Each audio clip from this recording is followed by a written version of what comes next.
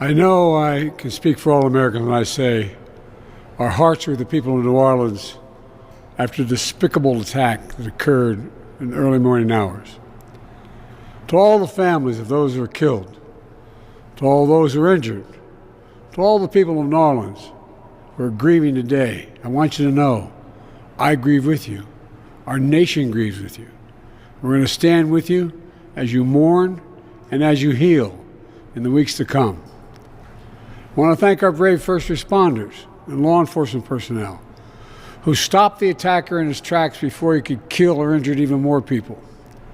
And I want to thank you to everyone at the Department of Homeland Security, the Department of Justice, including the FBI, for working nonstop to investigate this heinous act.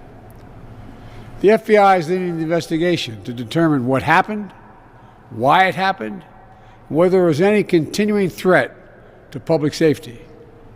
Here's what we know so far. The FBI has reported to me the killer was an American citizen, born in Texas.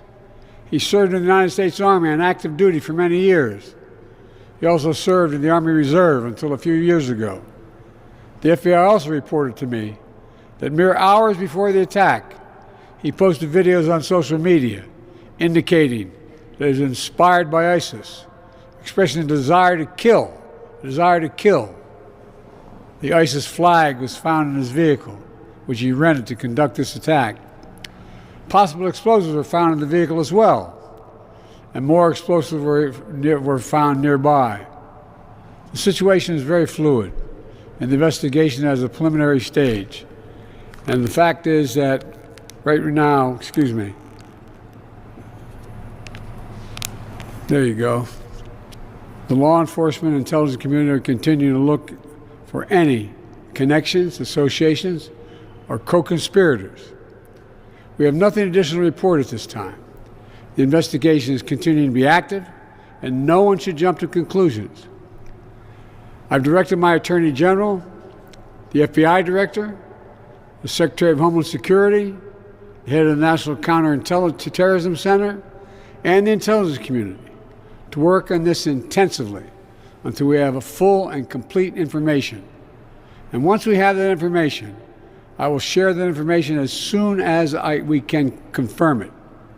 Additionally, we're tracking the explosion of a cyber truck outside the Trump Hotel in Las Vegas. Law enforcement and the intelligence community are investigating this as well, including whether there's any possible connection with the attack in New Orleans. Thus far, there's nothing to report on that score at this time. I've directed my team to make sure every resource is made available to federal, state, and local law enforcement to complete the investigation in New Orleans quickly and to make sure there is no remaining threat to the American people. And we'll support the people of New Orleans as they begin the hard work of healing. New Orleans is a place unlike any other place in the world. It's a city full of charm and joy. So many people around the world love New Orleans because of its history, its culture, and above all, its people. So I know, while this person committed a terrible assault on the city, the spirit of our New Orleans will never, never, never be defeated. It always will shine forth. We've seen that time and time again throughout its history, and I know we'll see it again in the days and weeks ahead. May God bless the people of New Orleans. May God bless our police and our first responders. May God protect our troops, and we'll keep you fully, contemporaneously informed. Thank you.